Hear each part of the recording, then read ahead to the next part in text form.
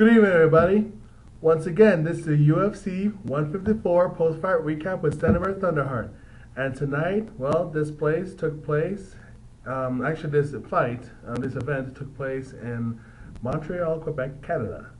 And that is, of course, the hometown of Georges St. Pierre, who, is returning to defend his welterweight championship after nearly a year-long absence because of his torn ACL. Now he came back, and before I talk about him, I'm going to read you the other fights in the card. So here we go.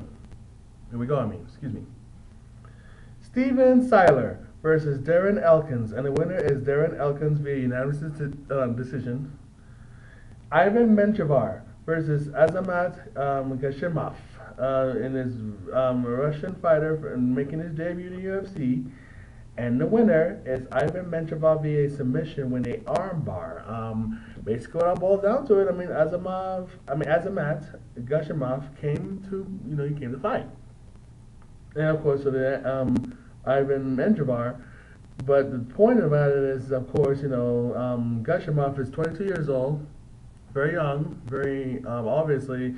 He showed the thing about it was he was very aggressive. He was able to take Menjivar down and try to ground and pound him, very quickly and everything. But when the inexperience started to come to play, was when he got too aggressive to such a degree where he actually punched basically what it boiled down to. He got too aggressive. He basically gave his arm out where Ivan Menjivar actually was able to flip himself and actually was able to snatch him as far from the bottom control, from the bottom part of the where he was at, to the arm bar, and actually was able to turn it over and actually have him where he was actually able to control him like this, and basically had to straighten up. Then had no choice but to tap out, and also won submission of the night. So congratulations, Ivan Menjivar, for actually being a winner this time rather than losing the last fight that he had. So, excellent. And Matthew Riddle versus John Maguire. And the winner is Matthew Riddle via unanimous decision. Antonio Carvalho versus Rodrigo Damm. And the winner is Antonio Carvalho via split decision. This is basically one of those fights that was not necessarily the most exciting. Really, sure, there was some punches thrown, landed, kicks thrown, landed the legs mostly, but it wasn't like any of the fighters really put any pressure on each other. It wasn't like one of them was really in trouble and then the other. It was just one of those things that, one of them comes and starts to go some good hits and combination, and the other one comes back and hits some combination, and it was pretty much the same way throughout the whole fight, to say the least. I guess from what the judges saw, Antonio Carvalho did more to earn my split decision. So, congratulations, Antonio Carvalho, on that. And Sam Stout versus John Makdessi, and the winner is John Makdessi via unanimous decision. Basically, what it all boils down to with that decision, when John Makdessi really showed more as far as when he landed more strikes. When he was landing more strikes, it wasn't the fact that he was just landing just good leg kicks, but his timing with the jabs was so precise, just like what Joe Rogan said. Well, he was so precise jabs and such with the timing of his hits and the flow and the rhythm that Sam Stout, despite the fact that he was taller and his arms were lengthier in the legs than John Makdessi, yet he just kept throwing certain combinations that didn't land and were very wild and pretty much sloppy at times.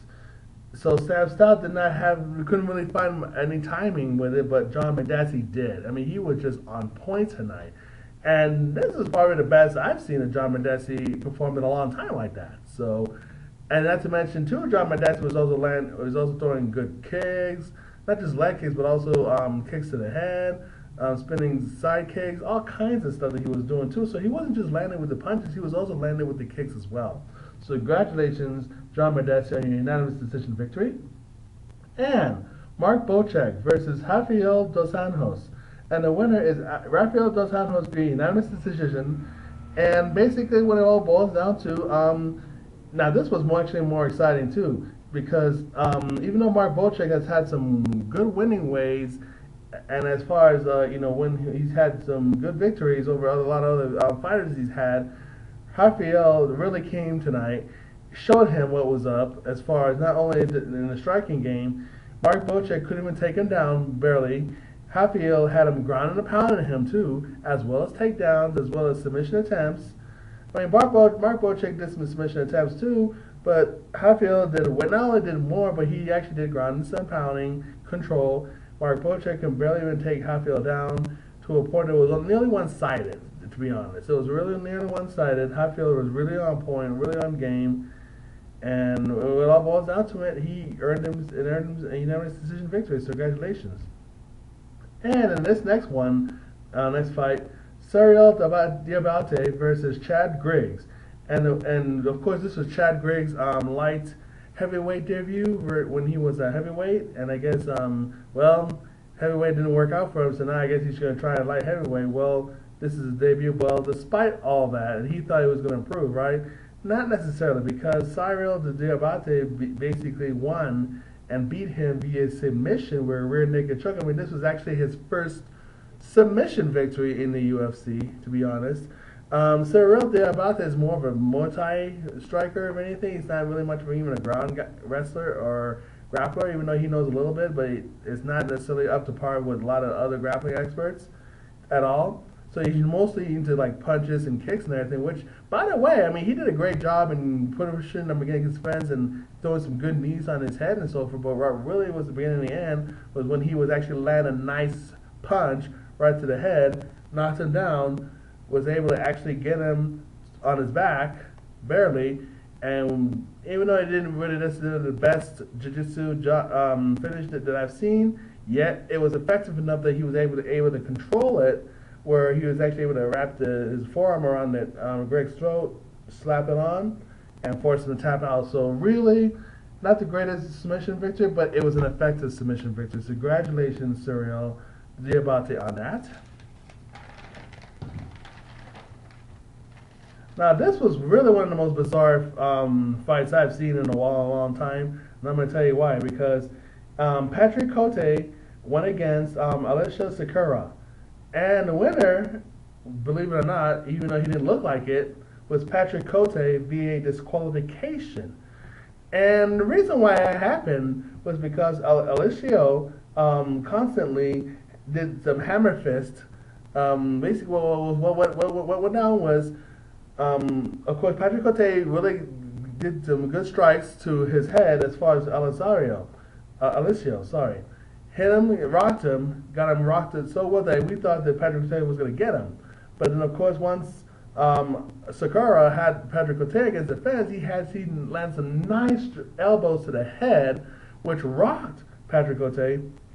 Patrick Cote went down, and I thought he was going to have him finished, but instead of really going down or trying to do a submission or go down and ground and pound the way he should have, what he did was while Patrick Cote was grabbing, it basically, I guess, the heat of the fight may have gotten to him or whatever, because he started hammer fisting to his back of his head. And according to the UFC rules, you're not supposed to hit someone in the back of the head. That is an illegal blow. So not only was he doing it like 5 times to the head, he did 6 times even landed on the guy's neck, the back of his neck, if anything. And so the referee called it, but the referee didn't even have an answer. I mean, basically what it all boils down to, he called it making it look like Alessio because Sakara won. But he left it up to the judges for some reason, and the judges basically said, no, Alessio did something illegal. He did illegal hammer fist, which was so blatantly obvious. And so they decided to give the victory to Patrick Cote via disqualification, even though Patrick Cote, like I said, didn't look like he won. He had his eyes patched up in the back of his head.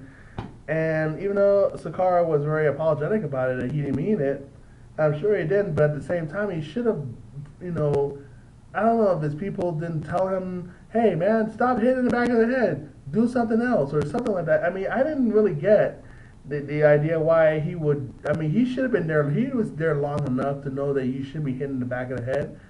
But I guess he didn't want to be taken down. But even still, he could have done other ways of avoiding takedowns. I mean, there's more than one way. And hammer fist in the back of the head was just plain stupid. And to me, it made no sense of why he would do such a thing. I guess, like I said, he might have gotten heated up and panicked and was trying to stop him. But still, I mean, he should at least either try to hammer fist him from the side or try to at least punch him or try to grapple him, choke him, something. But he should have done something else. And another thing that what got me all puzzled about this thing is that the referee did not call it. He may have let it to the judges. Now, what is up with that? As far as that goes, I mean, to me, the referee should have called it. He should have said, you know what, that was a disqualification. Not leave it up to the judges. The judges supposed to be there only if a match, if a fight leads to a decision, or all 3 rounds or all 5 rounds go to distance.